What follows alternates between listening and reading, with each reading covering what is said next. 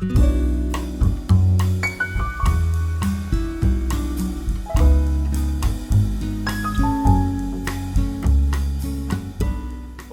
¿cómo están? Nos volvemos a encontrar a través de estos clips de video y hoy vamos a trabajar la noción de delirio. Y para eso tengo acá varias referencias que quisiera compartir con ustedes, todas que están dentro de la bibliografía de este segundo conjunto temático, que nos permiten aproximarnos de una manera realmente interesante y bella a lo que es la función del delirio. Y voy a empezar justamente tomando una referencia de Freud, por supuesto, que se encuentra dentro del historial de Schreber. Está en la página 65 y Freud plantea lo siguiente. Dice, y el paranoico lo reconstruye, claro que no más espléndido, pero al menos de tal suerte que pueda volver a vivir dentro de él. Freud está hablando del mundo. Lo edifica de nuevo mediante el trabajo de su delirio. Lo que nosotros consideramos la producción patológica, la formación delirante, es en realidad el intento de restablecimiento, la reconstrucción. Es una referencia realmente espectacular por las diferentes cuestiones que Freud nos plantea.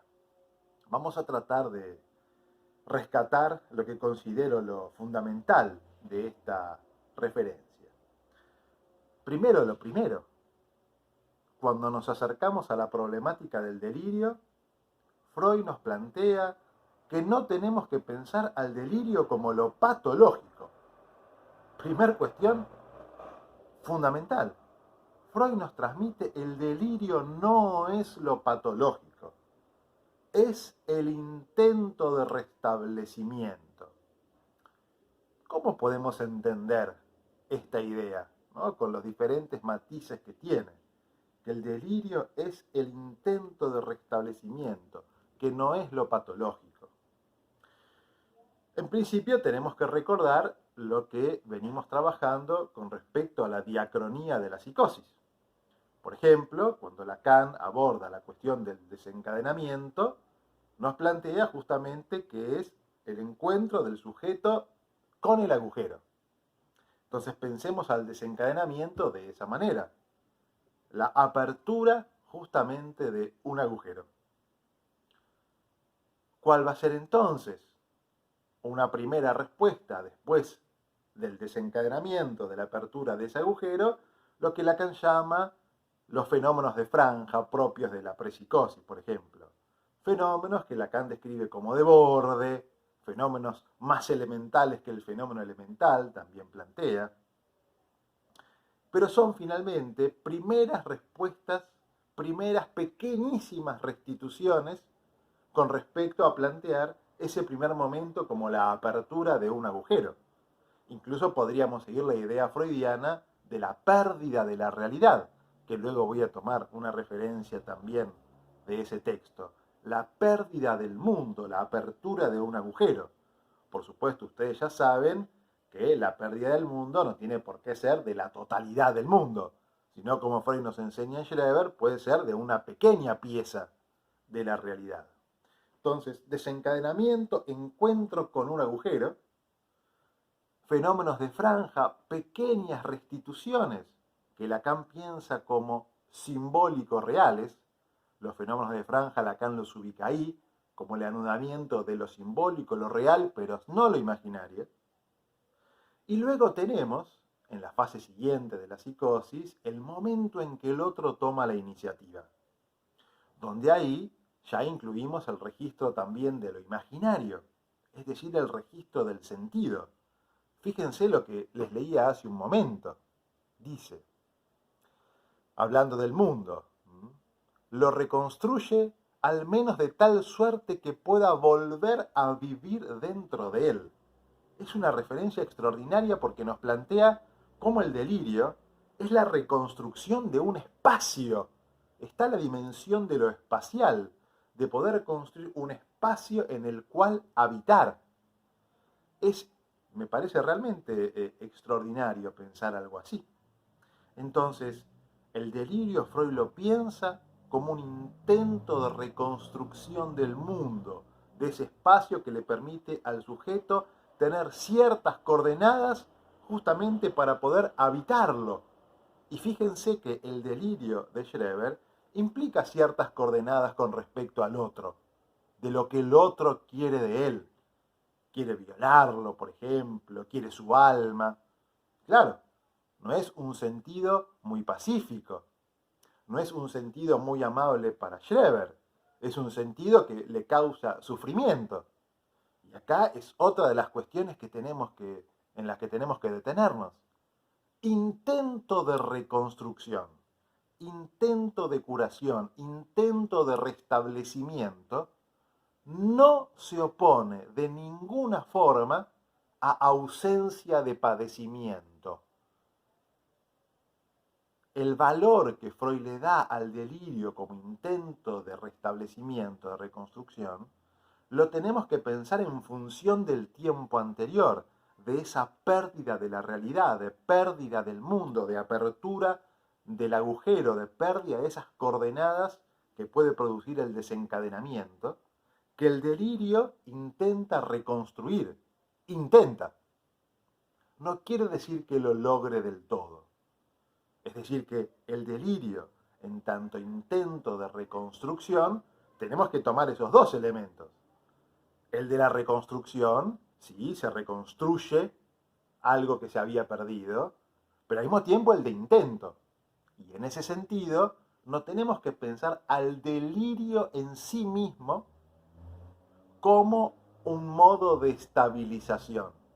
Allí podrán ustedes trabajar la diferencia, yo no lo voy a hacer hoy, entre el delirio y la metáfora delirante. En donde en la metáfora delirante, ya sí, ahí va a haber justamente un S2 que venga a tramitar ese S1 que es el delirio. Les recuerdo que para Lacan el delirio es tan automático, tiene esa estructura que se impone, tanto como cualquier otro fenómeno elemental. El delirio es un fenómeno elemental para Lacan. Lo voy a retomar en un segundo. Entonces, primera referencia, la que les leía de Schreber.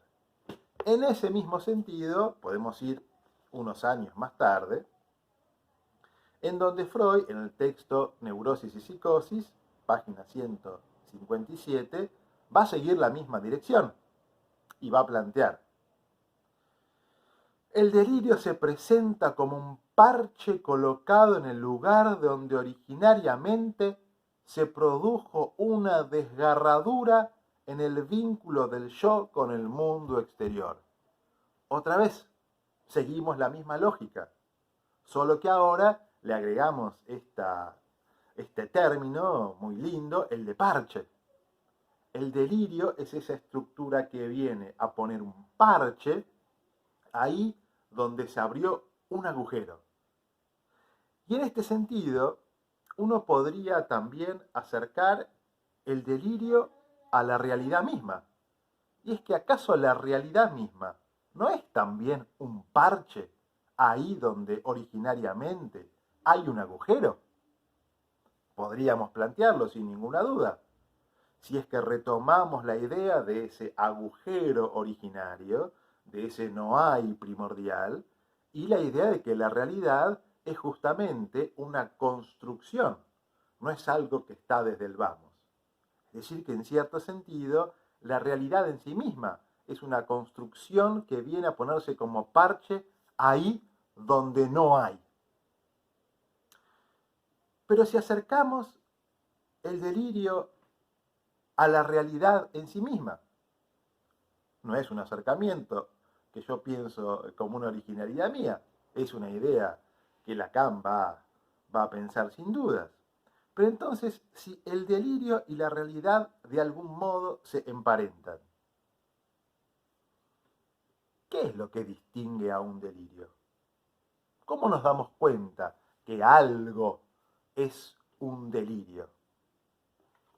Ciertamente, la primera aproximación que tenemos que hacer a este problema es la que de algún modo venimos recorriendo todo este conjunto temático. Y es, no podemos usar la noción de realidad, de adaptación a la realidad o de normalidad, si quieren, para acercarnos a la problemática del delirio. ¿Es que acaso el delirio es una idea extraña? ¿Es una idea que está por fuera de las coordenadas de la realidad? ¿Y cuál es la realidad? ¿El delirio es una idea loca? ¿El delirio se define por el contenido de las ideas? Claramente no. Claramente no. Si nos guiamos por esa idea, entonces lo que va a terminar predominando es que todo lo que se aleja de nuestras concepciones puede ser un delirio. Y no es así. Lacan va a tomar otro camino completamente diferente para aproximarnos a la posibilidad de hacer un diagnóstico diferencial entre una idea y una idea delirante. Entonces, primer cuestión con respecto a qué es un delirio, cuál es la rúbrica del delirio, qué es lo que distingue a una idea delirante de una idea que no lo es en la perspectiva del seminario 3. No es el contenido el camino para acercarnos a este diagnóstico diferencial. Y entonces, ¿cuál va a ser el camino para acercarnos a este diagnóstico diferencial? Los invito, por supuesto, al seminario 3, esta vez a la página 53, en donde Lacan plantea lo siguiente. Dice, la economía del discurso, la relación de significación a significación, la relación de su discurso con el ordenamiento común del discurso, es por lo tanto lo que permite distinguir que se trata de un delirio. Fíjense que no dice nada con respecto al contenido de las ideas. Nos está hablando de la economía del discurso y de una diferencia en cuanto al ordenamiento del discurso con respecto a lo que él llama el discurso común. ¿Pero qué es el discurso común? El discurso común me parece que Lacan está tomando la referencia de las neurosis. Y como venimos trabajando entonces, cuando pensamos esa diferencia, entonces, insisto, no tenemos que pensar que el psicótico habla de cosas más raras que el neurótico, no. Lacan se refiere a la economía del discurso, a la forma, a la estructura, a cómo se ordena ese discurso. ¿Y qué va a ser para Lacan? Lo que permita distinguir esa economía del discurso, ese ordenamiento del discurso común, del discurso neurótico, los trastornos del lenguaje. Los trastornos del lenguaje. Entonces, si tenemos que ubicarnos, como Lacan siempre nos invita a hacerlo, en el plano del significante, en la página 51 del mismo seminario, del seminario 3, Lacan nos va a explicar un poquito más de qué se tratan estos trastornos del lenguaje por los que tenemos que orientarnos para aproximarnos a la idea de qué es lo que rubrica, lo que distingue a un delirio. Y entonces en la página 51, como les decía recién, nos dice, hablando sobre un interrogatorio en una presentación de enfermos, el lenguaje de sabor particular y a menudo extraordinario que es el del delirante. Lenguaje en que en ciertas palabras cobran un énfasis especial, una densidad que se manifiesta a veces en la forma misma del significante, dándole ese carácter francamente neológico tan impactante en las producciones de la paranoia. Entonces, ¿por qué caracteriza al lenguaje delirante, como dice aquí Lacan? Por la presencia del neologismo. O para tomar exactamente su expresión, cómo ciertas palabras tienen ese carácter francamente neológico. Ahora, el neologismo, del que aquí Lacan se refiere, ¿es una palabra inventada? ¿Es una palabra extraña? Entonces, si alguien dice, por ejemplo, galopinar, bueno, es una palabra desconocida, extraña, inventada, ¿eso la vuelve neológica? No, para nada. El neologismo que Lacan está describiendo nos está diciendo que no se trata otra vez del contenido de la palabra, sino más bien de lo que él trata de describir como su densidad, de su densidad. Pueden ver, por ejemplo, el clip de Carolina Safore, que trabaja exactamente todo esto. La cuestión de la certeza, de la autorreferencia, de la inquebrantabilidad. El neologismo, pueden también referirse al video de los fenómenos elementales. El neologismo se caracteriza justamente por ser un significante que está cortado de la cadena de los significantes. Un significante que tiene esa estructura autorreferencial. Cuando hablamos de la economía del discurso, hablamos justamente de la relación de significación a significación. El neologismo es un significante que no remite a otra significación. ¿Eso quiere decir que no significa nada? No, justamente. Es un significante que puede tener esa paradoja de ser un significante suelto, pero que lejos de no significar nada, está pleno de sentido. Lacan lo va a llamar justamente intuición delirante. Es un significante que no remite a otro, sin embargo que está pleno de sentido, pero que esté pleno de sentido quiere decir que uno sepa qué significa. No, tampoco. Lacan va a decir justamente que puede ocurrir que el fenómeno que se presenta es que eso significa, pero significa que significa algo. ¿Qué significa? Puedo no saberlo. Puedo no saberlo. Significa que significa. Entonces, cuando nos aproximamos al tema del delirio, y es lo que tengo la intención de transmitirles fundamentalmente hoy, no tenemos que hacerlo por la vía del contenido de las ideas. El delirio no es una idea rara, no es una idea extraña.